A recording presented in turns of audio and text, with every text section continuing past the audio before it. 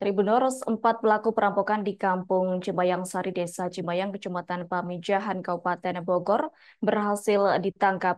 Ada dua pelaku yakni O dan C berhasil ditangkap pada Kamis 19 September di wilayah hukum Cibung Pulang, Kabupaten Bogor. Sedangkan dua pelaku lainnya yakni D dan S diamankan di wilayah Pandeglang, Banten, yakni pada Sabtu 21 September 2024. Terkait hal itu, informasi selengkapnya akan disampaikan langsung oleh rekan wartawan Tribun News Bogor.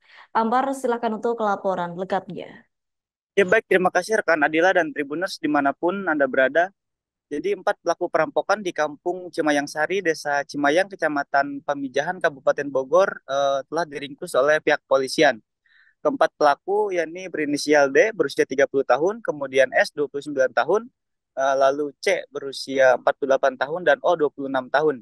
Nah, para pelaku ini ditangkap di lokasi yang berbeda. Dua diantaranya, yakni tersangka O dan C, diamankan di wilayah Kecamatan Cibung Bulang, Kabupaten Bogor, pada hari Kamis tanggal 19 September 2024.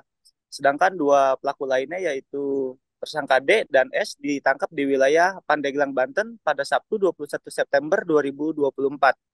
Nah, kedua pelaku yang berusaha melarikan diri keluar wilayah Bogor itu pun dihadiahi timah panas oleh pihak kepolisian pada bagian kakinya.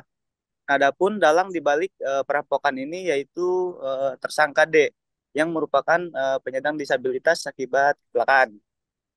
Nah, tersangka D ini kenal dengan korban tewas bernama Haris.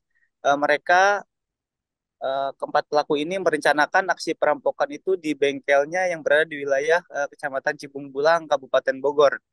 Nah, Wakapolres Bogor, Kompol Adimas Sriono Putra mengatakan pelaku sudah merencanakan aksi perampokan ini pada 13 dan 15 Mei 2024 namun gagal. Lalu pada 17 September, tersangka D dan S akhirnya mendatangi rumah korban yang disambut hangat oleh korbannya yang bernama Haris saat itu dengan menyuguhkannya kopi. Namun ternyata pelaku yang datang itu sudah memiliki niat jahat.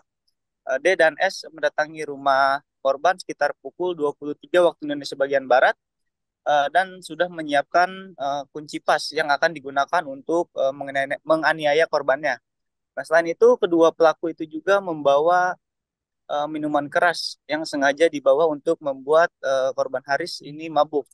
Nah, setelah korban mulai mabuk, tersangka D itu mengambil atau menggunakan kunci pas yang sudah disiapkan di dalam kendaraan roda 2 NMAX milik tersangka C yang dibawanya. Kemudian tersangka D ini memukul kepala korban di sebelah kanan beberapa kali menggunakan kunci pas. Selanjutnya pelaku S ini membekap mulut korban lalu menjerat lehernya menggunakan kabel. Nah, lalu kedua pelaku ini masuk ke dalam rumah korban dan melakukan penganiayaan secara bergilir terhadap anggota keluarga lainnya, mulai dari Nining selaku mertua dari korban tewas, kemudian Resti istri dari korban tewas, dan anaknya berinisial A berusia 10 tahun hingga ketiganya mengalami luka-luka dan dilarikan ke rumah sakit. Nah, kedua pelaku kemudian mengambil kunci mobil yang ada di dalam rumah korban, lalu memasukkan korban Haris yang sudah tak berdaya itu ke dalam mobil Calya. Sedangkan kedua pelaku itu meninggalkan TKP menggunakan mobil expander milik korban yang berwarna putih dengan maksud untuk menjemput dua pelaku lainnya yaitu O dan C. Namun pada saat D dan S tiba di titik penjemputan, di lokasi tersebut hanya ada tersangka C, sedangkan tersangka O pada saat itu sedang pulang ke rumahnya. Nah, akhirnya ketiga pelaku itu tetap menjalankan aksinya dengan mendatangi kembali rumah korban dengan maksud ingin membuang mayat korban ke wilayah Sukabumi. Akan tetapi pada saat ketiga pelaku itu kembali ke rumah korban dan melihat dari kejauhan sudah banyak kerumunan warga, maka mereka pun mengurungkan niatnya dan kembali pergi. Nah, di tengah perjalanan, tersangka C itu meminta turun di pertengahan jalan.